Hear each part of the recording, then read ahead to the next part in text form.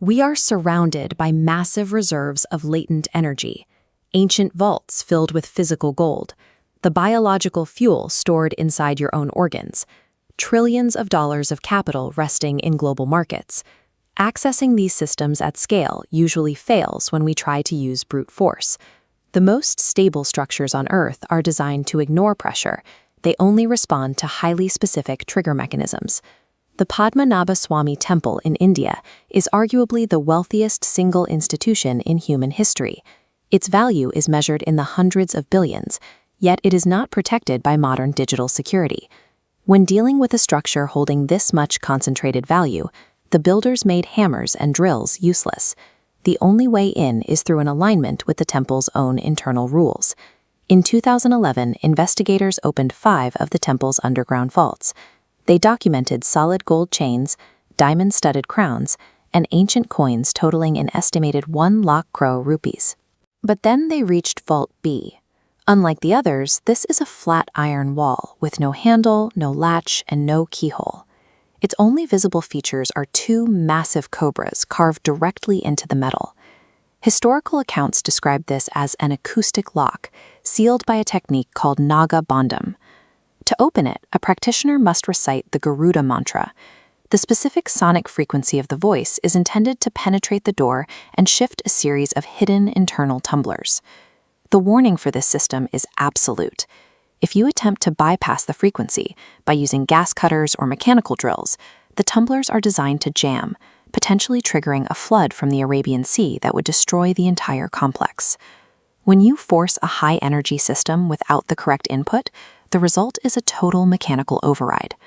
Just like that ancient temple, you possess a similar high-pressure vault hidden deep inside your own biology, the human liver. While you sleep, your liver acts as a chemical warehouse, holding deep reserves of glycogen, the primary fuel source for your nervous system.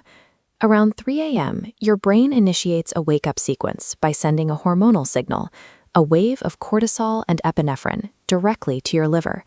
This initiates gluconeogenesis. This chart shows the chemical transition, where your liver reconfigures these stored glycogen molecules and releases them as raw glucose. This process is what charges your battery before you open your eyes. But chronic stress corrupts the sequence. High baseline cortisol makes the liver over-respond to that 3 a.m. signal. Instead of a steady release, it dumps a massive payload of sugar into your blood. Your insulin levels spike to compensate. And because insulin is a storage hormone, your fat cells are physically locked away from being burned. By the time you wake up, your blood sugar is elevated, your fat burning is stalled, and you are already heading toward a mid-morning energy crash. Biology uses hormones to activate its internal biological reserves. In the global economy, the overarching trigger is often regulatory. Take Tata Power. They hold massive physical infrastructure, including an 11.6 gigawatt renewable portfolio, as they shift away from traditional coal. Their FY26 data revealed a significant gap. Their total revenue actually dipped by 1%. Yet during that same period, their profit after tax hit an all-time record of 5,118 crore rupees. Growth here wasn't about the volume of revenue, but about which segments were triggered. The government's Surya Car policy acted as the signal for their high-margin solar business. As this chart shows, Tata Power reduced their low-margin drags, like the Mundra coal plant dispute, while allowing the market to trigger their manufacturing and distribution arms. They earned more on every rupee by focusing on these specific high-value segments. Financial expansion, like biological energy, comes from aligning with the highest margin inputs already present in the system. You cannot fix an overactive liver response once the cortisol wave has already hit. You have to prep the vault the night before. Taking apple cider vinegar or amla before bed helps suppress the liver's capacity to overproduce glucose during that 3 a.m. window. It acts as a stabilizer for the liver's nighttime chemistry. Additionally, a 15-minute evening walk physically drains the superficial glycogen stores. If the liver's tank isn't full, the morning sugar dump is significantly smaller, preventing the insulin spike that locks your metabolism. Managing these nighttime inputs ensures the morning biological output remains within a safe, functional range. The same logic applies to a stock like Tata Power.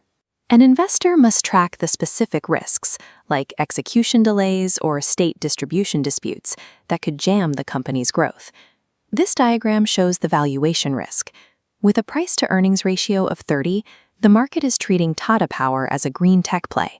If that specific market trigger shifts, the stock's valuation will likely contract toward the lower averages of a traditional utility. This is why Vault B remains closed. Some systems are so highly pressurized that they are better left untouched unless you can guarantee the exact frequency they were built to answer. Whether it is ancient gold, blood sugar, or market capital, the scale of the system is irrelevant if you don't understand the input. Managing these systems isn't a matter of force, but of identifying the one specific signal they were designed to respond to.